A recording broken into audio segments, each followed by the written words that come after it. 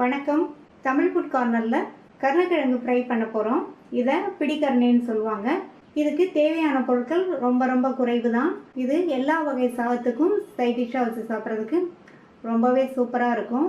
இப்போ இதை எப்படி பண்ணுறதுன்னு பார்க்கலாம். இது வரைக்கும் நம்ம சேனலில் சப்ஸ்கிரைப் பண்ணாதவங்க சப்ஸ்கிரைப் பண்ணிவிட்டு பக்கத்தில் உள்ள பெல் பட்டனை கிளிக் பண்ணிக்கோங்க. 1/4 கிலோ கருணக்கிழங்கு எடுத்து வச்சுருக்கேன். கருணக்கிழங்குல லேசாக மண் ஒட்டி இருக்கும். அதனால் இதை 10 நிமிஷம் தண்ணியில் ஊற வச்சுட்டு நல்லா கழுவி வச்சுக்கணும். நான் அந்த மாதிரி கழுவி வச்சுருக்கேன். எப்போவுமே பழைய கருணக்கிழங்கா வாங்கிக்கோங்க, அதுதான் நல்லாயிருக்கும். இப்போ இந்த கிழங்கை வேக வச்சிடலாம். அலசி வச்ச கருணக்கிழங்கை இந்த குக்கரில் சேர்த்துட்டு முங்குற அளவுக்கு தண்ணி,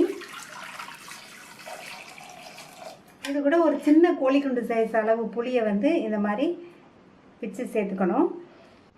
கருணக்கிழங்குல லேசான அரிப்புத்தன்மை இருக்கும். இந்த மாதிரி புளி சேர்த்து வேக வச்சிட்டோம்னா அந்த அரிப்புத்தன்மை இருக்காது. இப்போ மூடி போட்டுடலாம். கிழங்கை குழையாமல் வேக வச்சுக்கணும், அப்போ தான் இந்த ஃப்ரைக்கு நல்லாயிருக்கும். ஸ்டீம் வந்ததுக்கப்புறமா வெயிட் போட்டு மீடியம் ஃப்ளேமில் 3 விசில் வேக வச்சுக்கலாம். 3 விசில் வந்துடுச்சு. கிழங்கு குழையாமல் கரெக்டாக வெந்திருக்கு. இதை வெளியில் எடுத்து வச்சு ஆறுனதுக்கப்புறமா தோல் உரிச்சிட்டு திக்கான ரவுண்ட் பீசஸாக கட் பண்ணி வச்சுக்கலாம். எல்லா கிழங்கையும் கட் பண்ணியாச்சு. இந்த மாதிரி திக்னஸ்க்கு கட் பண்ணிக்கோங்க. இதை விட மெல்லிஸாக கட் பண்ணோம்னா ஃப்ரை பண்ணும்போது உடையிறதுக்கு சான்ஸ் இருக்குது. இந்த பாத்திரத்தில் 1 டேபிள் ஸ்பூன் சாம்பார் தூள். சாம்பார் தூள் உங்கள்கிட்ட இல்லைன்னா 1/2 டேபிள் ஸ்பூன் மிளகாத்தூளும் 1/2 டேபிள் ஸ்பூன் மல்லித்தூளும் சேர்த்துக்கோங்க. கலர் கொடுக்கறதுக்காக 1/2 டீஸ்பூன் காஷ்மீர் சில்லி பவுடர். இந்த காஷ்மீர் சில்லி பவுடரில் காரம் இருக்காது, நான் கலருக்காக சேர்த்துருக்கேன். இதில் அடுத்து 1/4 டீஸ்பூன் மஞ்சள் தூள், 1/4 டீஸ்பூன் பெருங்காய பவுடர், இதுக்கு தேவையான அளவு உப்பு. இதில் 1 டீஸ்பூன் லெமன் ஜூஸ் சேர்த்துக்கலாம். கிழங்கு வேக வைக்கும்போது புளி சேர்த்தாலும் இந்த மசாலாவில் லெமன் ஜூஸ் சேர்த்தோம்னா கிழங்கு கொஞ்சம் கூட அரிப்புத்தன்மையே இல்லாமல் டேஸ்ட்டாக இருக்கும். இதை நல்லா கலந்து விட்டுட்டு கொஞ்சமாக தண்ணி சேர்த்து மிக்ஸ் பண்ணிக்கலாம்.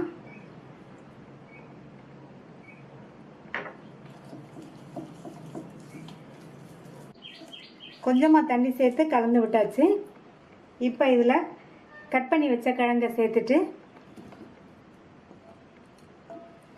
நல்லா மிக்ஸ் பண்ணி விட்டுறணும். எல்லா கிழங்குலையும் மசாலா கோட் ஆகிற மாதிரி இந்த மாதிரி பெரட்டி விட்டுக்கணும்.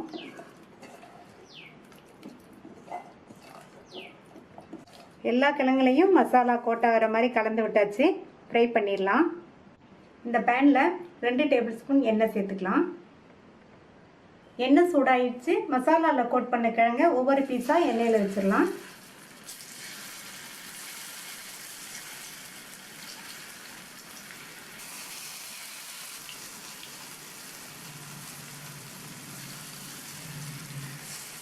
எல்லா பீசஸையுமே எண்ணெயில் வச்சாச்சு.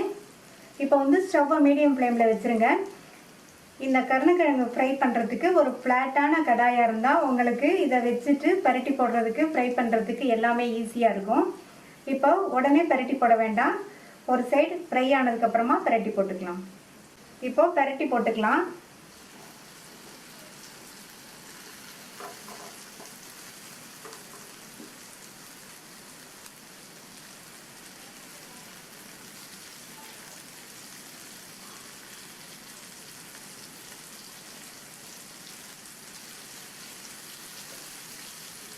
இந்த மாதிரி 2-3 தடவை பரட்டி விட்டு நல்லா கோல்டன் ப்ரௌன் வந்தோடனே எடுத்துடலாம்.